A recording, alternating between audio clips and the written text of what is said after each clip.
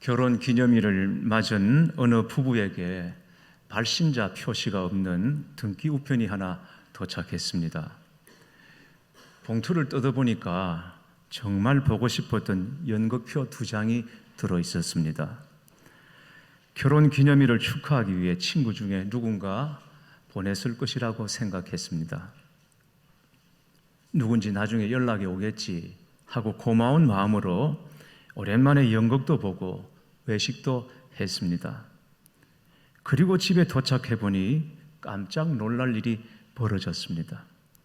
도둑이 들어와서 집안이 난장판이 되어 있는 것이었습니다.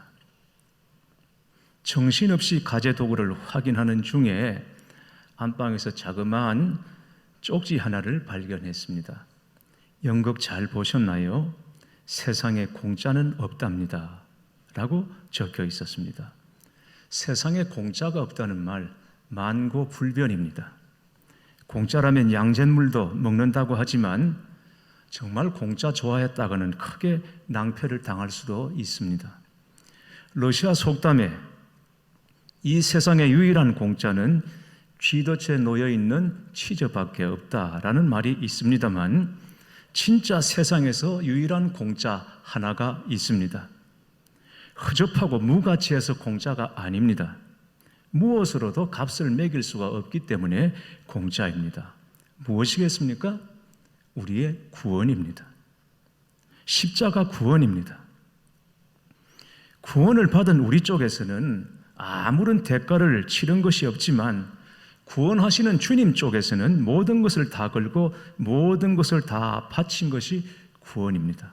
그래서 저와 여러분의 구원은 세상에서 가장 비싼 공짜라고 말할 수 있겠습니다. 그러니 우리가 하나님 앞에서 내가 어쩌고 저쩌고 하면서 자기의 공로 내세우고 자기의 업적을 내세울 수가 어디 있겠습니까? 오직 은혜만 있을 뿐입니다. 그러므로 신앙생활이란 과분한 은혜를 받고 과분한 직분까지 받고 과분하게 소명까지 이루게 되는 은혜의 여정이라고 말할 수 있겠습니다. 이 은혜에 감사하고 감격하여 우리가 하나님께 드릴 수 있는 최고의 헌신이 무엇이겠습니까? 바로 예배입니다. 예배는 구원받은 우리가 하나님께 드리는 최고의 헌신이고 최고의 충성이고 최고의 사랑이고 그리고 최고의 영광입니다. 오늘은 사무엘 상하 강의 마지막 부분인데요.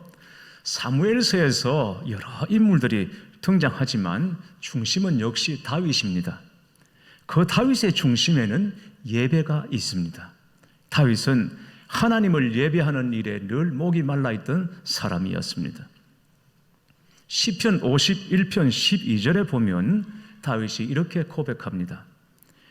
주의 구원의 즐거움을 내게 회복시켜 주시고 자원하는 심령을 주사 나를 붙드소서.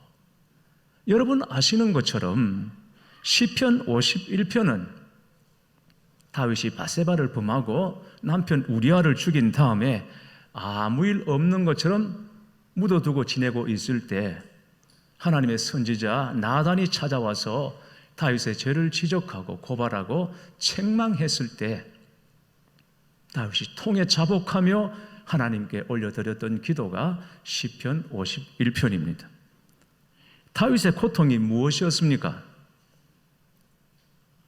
그 기간 동안 아무 일 없는 것처럼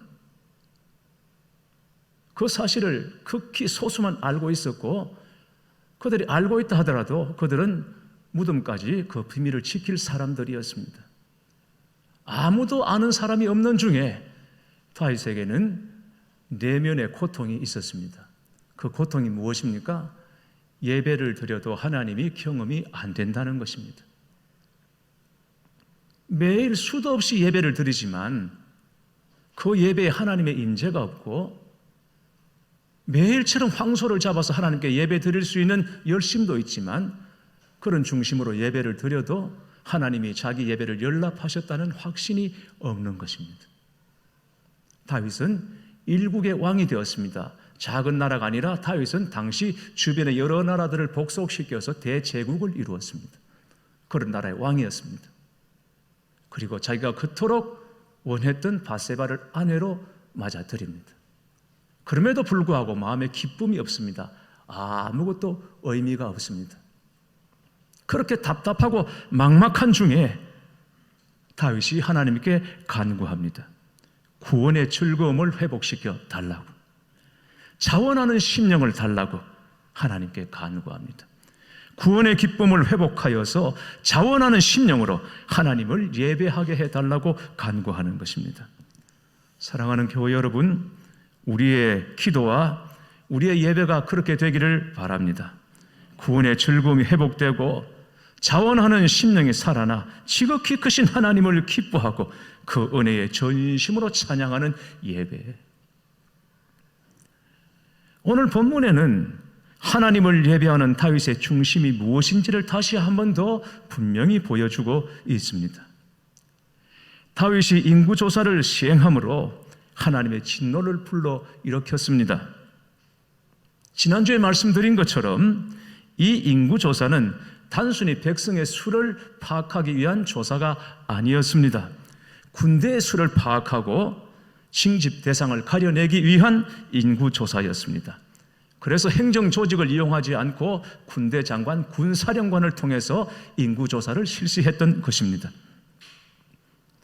사방의 적들을 다 꺾은 후에 다윗은 갑자기 자신에게 얼마만한 군사들이 있는지 알고 싶어졌습니다. 그래서 9개월 20일에 걸쳐 인구조사를 끝내고 보니 군사로 동원될 자가 북이스라엘에서 80만 명, 남유다에서 50만 명, 도합 130만 대군이었습니다. 얼마나 뿌듯하고 든든했겠습니까? 그런데 이것은 심히 미련한 짓이었습니다. 하나님보다 높아지려는 마음, 자신의 권력과 명예를 자랑하려는 마음, 하나님보다 군사력을 더 의지하려는 마음이 그 동기였기 때문이죠. 이 일로 하나님께서 이스라엘을 치십니다. 3일이 채 안 되어서 전염병으로 7만 명이나 주는 사람들이 죽어나갑니다. 그것으로 끝이 아니었습니다. 전염병으로 백성을 멸하던 천사가 아라우나의 타작마당 곁에서 칼을 빼들고 예루살렘을 겨누고 있었습니다. 예루살렘까지 다 멸망할 판이었습니다. 다윗이 이것을 보았습니다. 그래서 하나님께 매달려 애원하며 용서를 구하는 것입니다. 죄를 지은 사람은 자신이지 온역으로 죽어가는 백성은 잘못이 없으니 부디 자신과 아버지의 집을 치시고 백성은 살려달라고 간구하는 것입니다. 다윗의 간구를 들으신 하나님께서 갓 선지자를 다윗에게 보내셔서 하나님의 말씀을 대언케 하십니다. 하나님의 말씀은 아라우나의 타작마당으로 올라가서 거기 제단을 쌓고 하나님께 희생제사 번제를 드리라는 것이었습니다. 때마침 아라우나가 밖을 내다보다가 다윗 왕과 신하들이 자기에게로 오는 것을 보고는 즉시 왕 앞으로 나와 엎드려 절을 합니다. 그리고는 묻습니다. 왕이 무슨 일로 친히 나를 찾아오셨나이까? 그러자 다윗은 아라우나의 타작마당을 사서 그곳에 제단을 쌓고 하나님께 제사를 드림으로 이 재앙을 그치게 하려 한다고 대답합니다.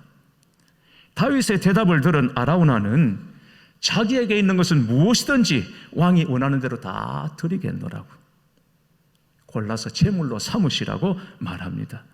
자기에게 소가 있으니 그것으로 하나님께 번제를 드리고 타작귀와 소의 멍에는 번제에 쓸 땔감으로 써도 좋다고 말합니다. 말하자면 왕이 쓰시겠다고 하면 이 모든 것이 다 공짜라는 것입니다. 그러나 다윗은 결코 그럴 수 없다고 단언합니다. 자신이 반드시 값을 지불하고서 타작마당과 번제물을 사서 제사를 드리겠다고 말합니다. 그래서 다윗은 은 50세겔을 아라우나에게 지불하고 타작마당과 번제물로 바칠 소를 샀습니다. 그런 다음에 그곳에서 번제와 화목제를 하나님께 드리고 이스라엘을 위하여 다시 한번 간절히 기도를 합니다. 그랬더니 하나님께서 다윗의 제물과 기도를 들으시고 이스라엘에 내리셨던 언역 재앙을 완전히 거치셨습니다.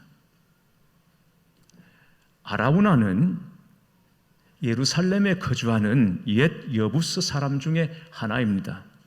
그는 비록 이스라엘 백성이 아니었지만 경건하고 헌신적인 사람이었습니다. 자기의 소유를 기꺼이 하나님께 바치기를 원했던 사람입니다. 그러나 다윗은 이 아라우나의 헌신 위에 그저 자기의 이름만 얹어서 제사 드리기를 원하지 않았습니다. 또 타작마당과 제물을 왕실 공금으로 대신 지불하지도 않았습니다. 자기 개인 비용으로 값을 치루었습니다. 교회 여러분, 바로 이것이 예배자의 마음입니다. 하나님을 섬기고 예배하기 위해 여러분은 어떤 제가를 치르고 있습니까? 다른 사람의 헌신 위에 무임승차하면서 하나님을 예배한다고 말할 수는 없는 것입니다. 우리는 너무 쉽고 편리하게만 예배하려고 하지 않는지 우리 자신을 돌아봐야 합니다. 예배는 우리의 예배이면서 동시에 나의 예배가 되어야 하는 것입니다. 나는 무엇을 드리면서 예배를 시작하고 있습니까? 희생 없는 예배, 자신을 드리지 않는 예배는 하나님을 기쁘시게 할 수 없습니다. 다윗이 아라우나의 타작마당에서 하나님께 제사를 드린 이유는 언역으로 백성이 죽어가는 것, 그게 두려웠기 때문만은 아닙니다. 다윗은 그곳에서 자신을 만나주시는 하나님을 만났고 은혜와 긍휼을 베풀어 주시는 하나님을 만난 곳이기 때문에 그 자리에서 하나님을 예배한 것입니다. 그 은혜와 긍휼이 너무 크고 감격스러워서 그곳에서 제사를 드린 것입니다. 은혜의 자리, 회복의 자리, 응답의 자리를 예배 자리로 삼은 것입니다. 여러분에게 특별한 은혜의 자리는 어디입니까? 여러분은 부지런히 은혜의 자리로 나아가 하나님을 예배하고 있습니까? 앤드류 마리아가 쓴 지혜의 발자취라는 책에 나오는 이야기 한 토막입니다. 어떤 마을에 이교도 사원과 교회가 마주보고 있었습니다. 매일같이 이교도인 팜푸스와 그리스도인 키루스는 나란히 각자의 예배 처소를 향해 걸어갔습니다. 팜푸스는 자기가 믿는 신을 위해 제단에서 태울 희생 제물을 갖고 갔습니다. 그러나 그리스도인 키루스는 교회에 갈 때 아무것도 가져가지 않았습니다. 팜푸스는 제물 없이 예배 드리러 간다는 것이 납득이 가지 않았습니다. 그래서 키루스에게 묻습니다. 키루스, 당신은 예배하러 가면서 왜 신께 바칠 제물을 가져가지 않는 거요? 키루스가 대답했습니다. 뭔가 잘못 알고 계시는군요. 그리스도인들도 예배 드릴 때마다 하나님께 뭔가를 바친답니다. 하지만 당신은 언제나 빈 몸으로 교회를 가지 않소. 키루스가 말했습니다. 전 지금 제물을 가지고 가고 있습니다. 전 항상 최상의 제물을 그분께 바친답니다. 팜푸스가 다시 물었습니다. 그럼 당신이 신께 바치는 게 도대체 뭐요? 그러자 키루스가 말했습니다. 바로 저 자신입니다.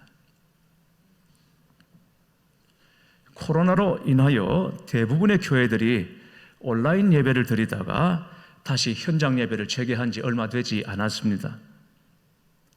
그런데 교회들마다 현장 예배가 온전히 회복되고 있지 않다고 말합니다. 크게는 한 70%, 그리고 부산에서도 어느 지역에서는 50% 이상을 넘지 못하고 있다는 얘기를 들었습니다. 아마 건강에 자신이 없거나 면역이 약해 나오지 못하는 분들이 대부분일 것입니다. 그러나 혹시 그동안 온라인 예배에 익숙해져서 다시 교회에 나오는 것이 힘들어진 분들도 없지 않을까 싶습니다. 이 코로나 사태는 우리에게 이런 예배, 저런 예배, 다양한 예배가 있어서 각자 취향에 맞춰서 선택할 수 있다는 것을 가르쳐 준 것이 아닙니다. 코로나는 광야입니다. 광야는 이스라엘 백성이 하나님 앞에서 시험을 친 곳입니다. 몸만 떠난 것이 아니라 마음 중심까지 애굽을 떠나서 진짜 하나님만 믿고 하나님만 의지하고 하나님만 섬기는 것인지, 그들 안에 있는 여러 신들을 버리고 하나님만 유일하신 분으로 예배자로 섬기는지, 이 시험을 치는 장소가 광야였습니다. 여러분 기억하십니까? 모세가 애굽 바로에게 가서 내 백성을 보내라고 할 때 바로가 왜 가려고 하느냐, 도대체 왜 가려고 하느냐, 그랬을 때 모세가 뭐라고 대답했나요? 당연히 하나님께서 약속하신 가나안 땅으로 들어가는 것이 목표였죠. 목적이었죠. 그러나 모세는 그걸 말하지 않고 그것보다 앞선 목표가 하나 있음을 말합니다. 내 백성이 광야에 가서 절기를 지키겠노라. 왜 애굽을 나옵니까? 가나안 들어가기 전에 진짜 배워야 할 것이 뭐냐? 이 광야에서 하나님을 예배하는 법을 배우겠다는 것입니다. 그 훈련의 기간이었던 것입니다. 만약 그동안 우리가 각자 처소에서 예배를 드리다가 거기에 너무 빠져서 다시 공예배로, 함께 예배드리는 예배로 나올 수 없는 이유가 건강상이나 면역이나 다른 어떤 문제가 아니라 우리가 많이 나태해졌다면, 게을러졌다면 여러분, 광야는 쉽게 끝나지 않을 수도 있다는 것을 알아야 합니다. 히브리서 10장 25절에 하나님께서 마지막 때에 나타날 징조 하나를 걱정하시면서 주신 말씀을 우리는 다시 기억하고 우리 신비에 새겨야 합니다. 모이기를 피하는 어떤 사람들의 습관과 같이 하지 말고 오직 권하여 그날이 가까울수록 더욱 그리하자. 사랑하는 교회 여러분, 어떻든 이 예배당에서 드리든 혹은 부득이한 사정으로 온라인 앞에 앉아 계시든 우리는 진짜 예배를 회복해야 합니다. 이번 주부터 수요 예배는 교회에서 드리는 것을 원칙으로 하고 그동안 보내드리던 영상 송출을 그만둘까 합니다. 여러분 생각해 보십시오. 참 위험한 일 아닙니까? 같이 모여서 함께 예배드리고 기도하는 일이 사실은 위험한 일이죠. 세상도 걱정하고 있는 일입니다. 여러분, 우리 냉정하게 생각해 보십시다. 진짜 더 위험한 것이 무엇입니까? 예배 불이 꺼지고 기도 없이 살아가는 만큼 위험한 것이 있겠습니까? 그건 정말 위험하고 두려운 일입니다. 교회 여러분, 새벽 기도 나오십시오. 특별히 금요 일터 사역 기도에 나오셔서 힘을 내 기도하시기 바랍니다. 아무리 힘들다고 말해도, 누구에게 호소를 해도, 부탁을 해도 지금은 우리를 도와줄 힘이 아무데도 세상에 없습니다. 오직 우리의 도움과 우리의 힘은 하나님께 있을 뿐인 것입니다. 주님 앞에 나와 간구하고 기도해서 주의 은혜로 도우심으로 이 어려운 난관을 극복해 나가야 합니다. 이게 광야입니다. 하나님의 시험장인 것입니다. 기도하면 기적이 일어납니다. 기도하면 간증이 나오게 되어 있습니다. 10대 우리 청소년들이 20대가 되면서 교회를 떠나고 신앙을 버리는 비율이 약 80% 정도라고 합니다. 자녀들이 신앙을 버리는 이유로 보니까 참 가슴이 아픕니다. 첫째, 교회를 다녔지만 예수님을 만나지 못한 것 같다. 둘째, 우리 부모님을 보니 하나님이 없는 것 같다. 여러분, 이게 문제입니다. 이게 심각한 것입니다. 아마 지금 여러분의 자녀들까지는 괜찮을지 모릅니다. 그러나 그 자녀의 자녀들이 지금 여러분이 섬기는 만큼 혹은 우리 자녀들이 섬기는 만큼 하나님을 섬길 수 있을까? 확신이 없고 답이 안 나옵니다. 철저한 예배 준비는 부모들이 먼저 본을 보여야 하고 아이들에게 반드시 가르쳐야 합니다. 교회 여러분, 여러분께 권고하고 부탁드립니다. 아이들 시험 기간에 교회 안 나오는 것 용납하시면 안 됩니다. 오히려 부모님들이 더 고난할 수도 있습니다. 시험 기간에는 시험 공부 열중하고 예배는 다음 주, 그 다음 주에 할 수 있으니까 시험 공부에 치중하라고. 만약에 그랬다면 여러분 실수하신 것입니다. 그러시면 안 됩니다. 우리 아이들의 인생은 학교나 점수가 좌우하는 것이 아닙니다. 하나님이 책임져 주시는 것입니다. 이걸 잊으시면 안 됩니다. 자녀들에게 주일 예배는 토요일부터 마음가짐으로 준비하도록 가르쳐야 하고 세상의 그 어떤 모임보다 더 중요하고 소중한 것이라는 것을 여러분이 삶으로 가르쳐 주셔야 하고 그리고 말로 가르쳐 주셔야 합니다. 목포에 복된 교회라고 있습니다. 복된 교회에서는 다음 세대가 어른들과 함께 모여 예배를 드립니다. 가끔 신학교 교수님들이 와서 복잡한 강의를 해도 절대 아이들 따로 어른 따로 하지 않습니다. 그 복잡한 신학 강좌를 해도 아이들이 어른들과 함께 모여 강의를 듣습니다. 그 목사님이 개척할 때부터 그렇게 방침을 세웠습니다. 복된 교회 청소년들은 이렇게 교회 생활을 하면서 주일에 학원 안 가고 예배 우선 드리고 그러면서 신학 강좌를 소화할 수 있을 정도로 지적인 능력이 높아져서 그 어디보다도 대학 진학률이 높다고 합니다.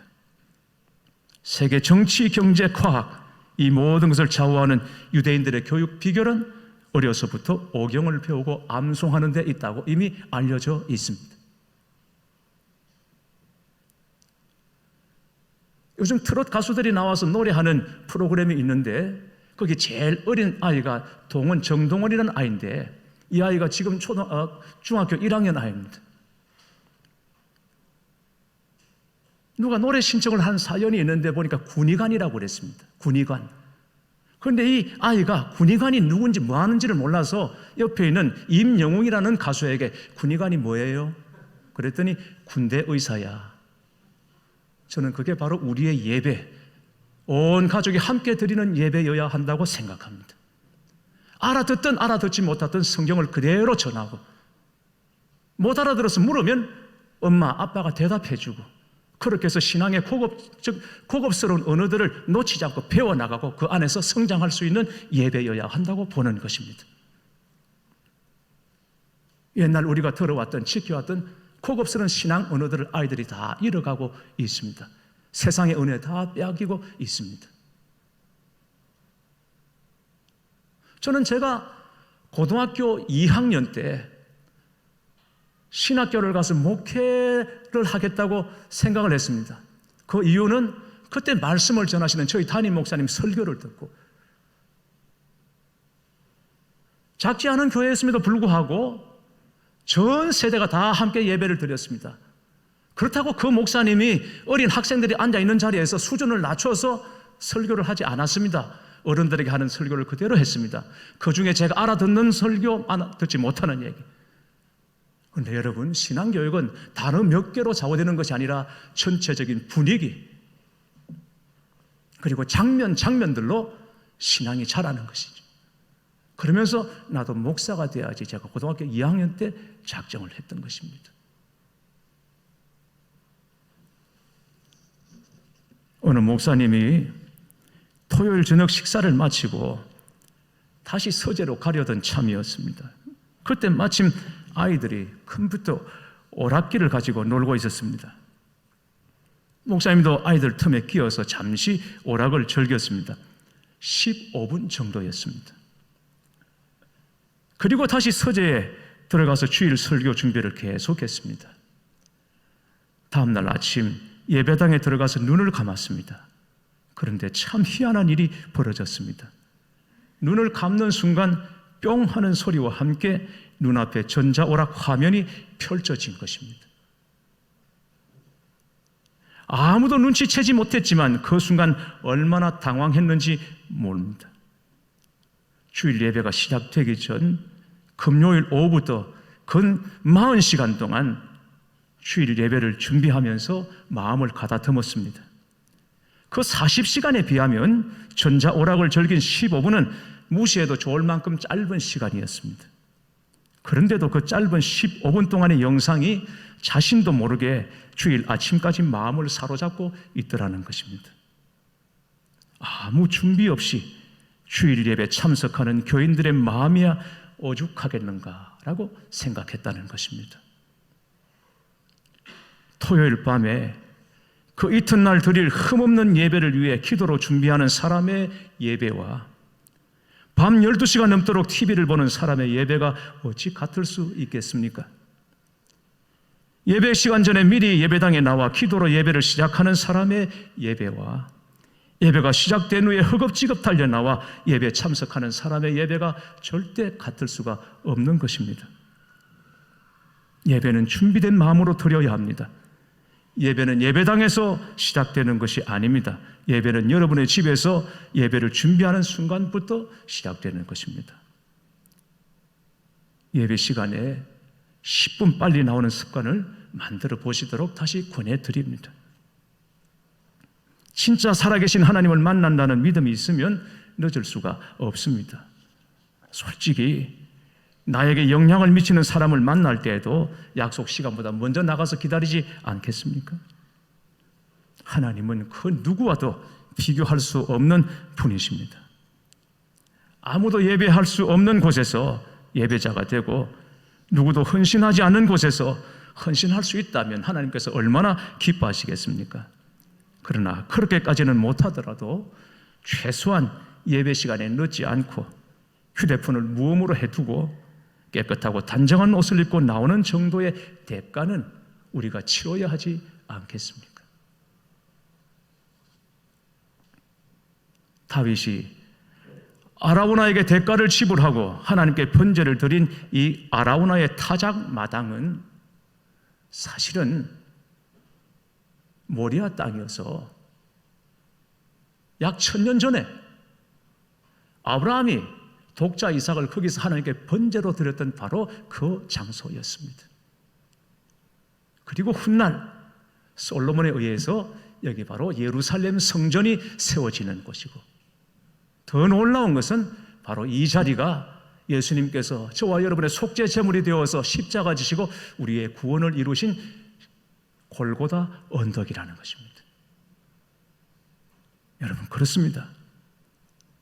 참으로 하나님을 예배하는 자리가 구원의 즐거움을 회복하는 자리고, 예배하는 자리가 자원하는 심령이 살아나는 자리, 예배하는 자리에 하나님의 계획과 놀라운 섭리가 있고, 예배하는 그 자리에 하나님의 비밀이 있더라는 것입니다. 십자가의 비밀입니다. 참으로 하나님을 예배하는 저와 여러분이 될 수 있기를 주님의 이름으로 축원합니다.